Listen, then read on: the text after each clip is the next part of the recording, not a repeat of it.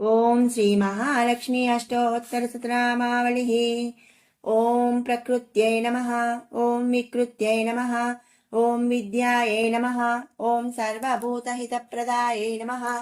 ॐ श्रद्धायै नमः। ॐ विभूत्यै नमः। ॐ सुरभ्यै नमः। ॐ परमात्मिकायै नमः। ॐ वाच्यै नमः। ॐ पद्मालयायै नमः। ॐ पद्मायै नमः। ॐ शुच्यै नमः। ॐ स्वाहायै नमः। ॐ स्वधायै नमः। ॐ सुधायै नमः। ॐ धन्यायै नमः। ॐ हिरण्मयायै नमः। ॐ लक्ष्म्यै नमः। ॐ नित्यपुष्टायै नमः। ॐ विभावर्यै नमः। ॐ अदित्यै नमः। ॐ दित्यै नमः। ॐ दीप्तायै नमः। ॐ वसुधायै नमः। ॐ वसुधारिण्यै नमः। ॐ कमलायै नमः। ॐ कान्तायै नमः। ॐ कामाक्ष्यै नमः। ॐ क्रोधसम्भवायै नमः। ॐ अनुग्रहप्रदायै नमः। ॐ बुद्ध्यै नमः। ॐ अनघायै नमः। ॐ हरिवल्लभायै नमः। ॐ अशोकायै नमः। ॐ अमृतायै नमः। ॐ दीप्तायै नमः। ॐ लोकशोकविनाशिन्यै नमः। ॐ धर्मनिलयायै नमः। ॐ करुणायै नमः। ॐ लोकमात्रे नमः। ॐ पद्मप्रियायै नमः। ॐ पद्महस्तायै नमः। ॐ पद्माक्ष्यै नमः। ॐ पद्मसुन्दर्यै नमः।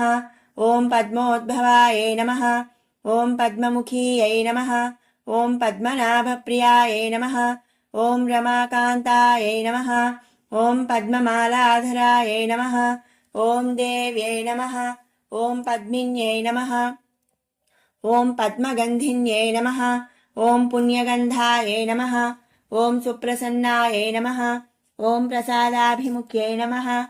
ॐ प्रभायै नमः। ॐ चन्द्रवदनायै नमः। ॐ चन्द्रायै नमः। ॐ चन्द्रसहोदर्यै नमः।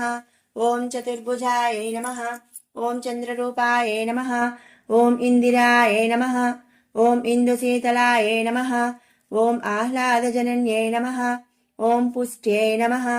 ॐ शिवायै नमः। ॐ शिवकर्यै नमः। ॐ सत्यै नमः। ॐ विमलायै नमः। ॐ विश्वजनन्यै नमः। ॐ तुष्ट्यै नमः। ॐ दारिद्र्यनाशिन्यै नमः। ॐ प्रीतिपुष्करिण्यै नमः।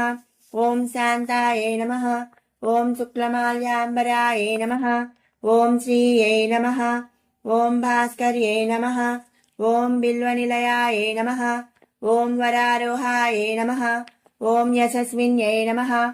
ॐ वसुन्धरायै नमः। ॐ उदाराङ्गायै नमः। ॐ हरिण्यै नमः। ॐ हेममालिन्यै नमः। ॐ धनधान्यकर्यै नमः। ॐ सिद्धये नमः। ॐ स्त्रैणसौम्यायै नमः। ॐ शुभप्रदायै नमः। ॐ रूपवेस्मगतानन्दायै नमः। ॐ वरलक्ष्म्यै नमः। ॐ वसुप्रदायै नमः। ॐ शुभायै नमः। ॐ हिरण्यप्राकारायै नमः। ॐ समुद्रतनयायै नमः। ॐ जयायै नमः। ॐ मङ्गलादेव्यै नमः। ॐ विष्णुवक्षस्थलस्थितायै नमः। ॐ विष्णुपत्न्यै नमः।